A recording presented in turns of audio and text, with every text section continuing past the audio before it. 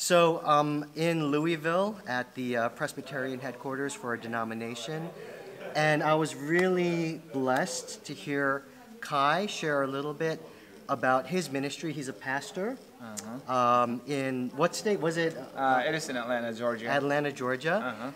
But he's the people, his ethnicity, and the people he ministers to are called the Zoe people. Yes. And I just was so fascinated by the history and the history of faith of your people.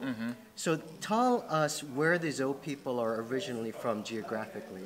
Well, geographically, we are in the Indo-Burmese frontier. Okay. Like some of us are the Indian side of the border. Okay. And some in the Burmese side of the border. So we have our own land, but our land was like divided.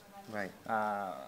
By the colonies before. And how big is the Zoe population? Now, when we speak of ethnicity and also as a nation, or nomenclature, nomenclature ways we are big, maybe a million or so. A million, okay. But ethnically or like linguistically, then it will be very few. Okay. Of that million, how many stayed in that geography and how many emigrated outside?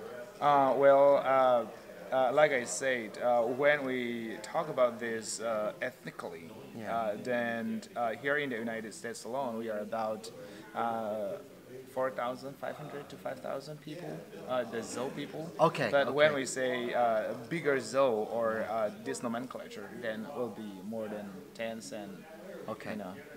But many still are in the Burma border. Yes. Okay. Because here I was fascinated when I Googled Zoe people. It said 84% are Protestant Christian. But you told me it's higher.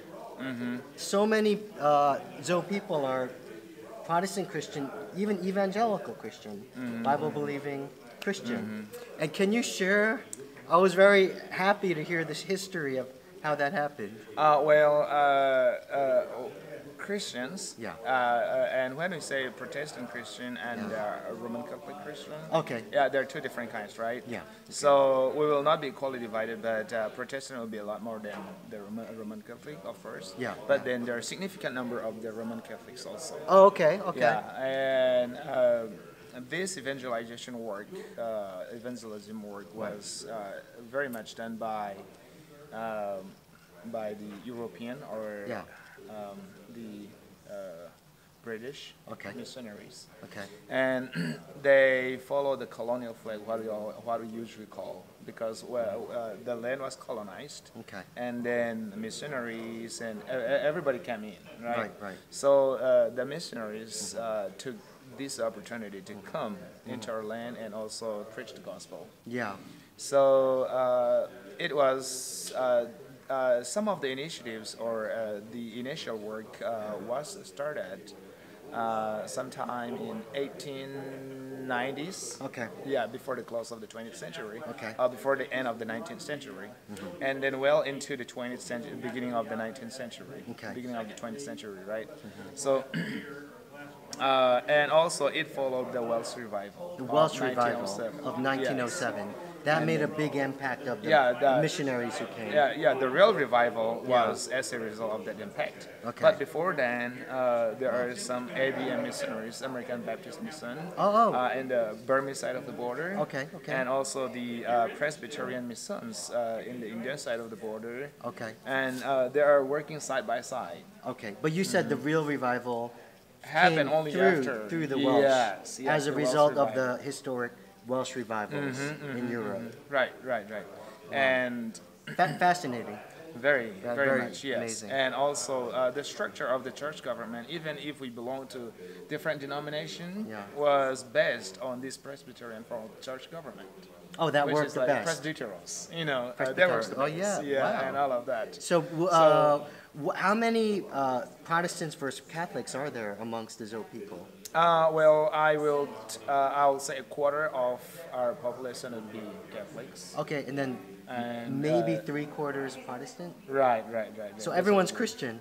Yeah, pretty much. Yes. Wow. Yeah, pretty much. That's maybe the highest percentage I've ever heard of. And 95, at least That's 95% would be, yeah. And then out of the Christian background. Protestants, how many are Presbyterian? Presbyterians on the Indian side of the border, Okay. a lot more than half. Okay. Okay. Yeah, more than half of the Zoe population. And something you said was what fascinated me.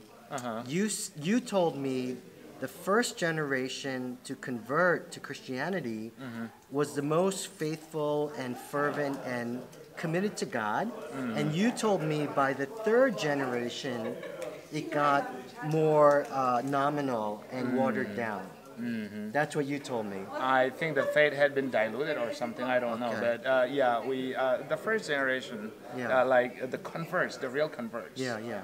Very, very fervent in everything they do. Very sincere. Very, I mean, very, apostolic and also very evangelical. Then the second generation kept some of that. Yeah, I kept some of that. And then the third, it got very watered down. Right.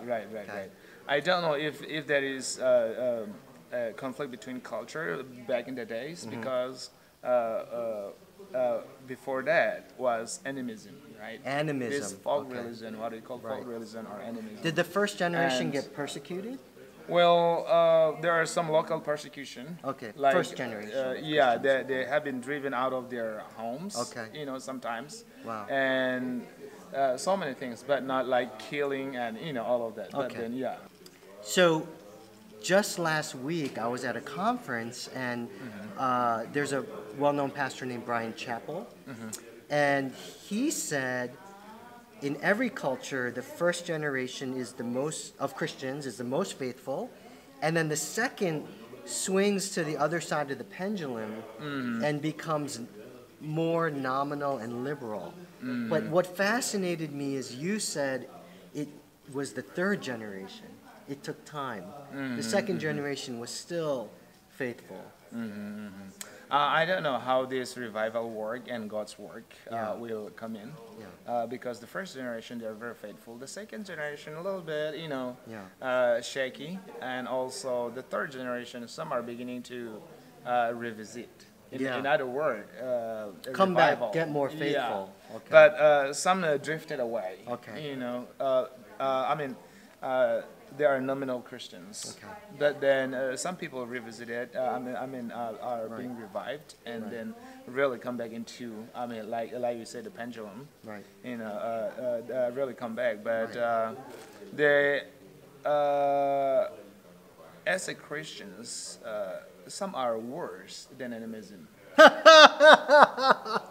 Okay. Believe me or not. Okay, yeah. Sometimes, it really saddens me. Okay. It really saddens me. But then, Okay. When they have this revival or when they have some sort of coming back, back to the Bible or back to the fountain, then good. And there are change. Yes. your church here near Atlanta, Georgia, you have 3-hour prayer meetings every week.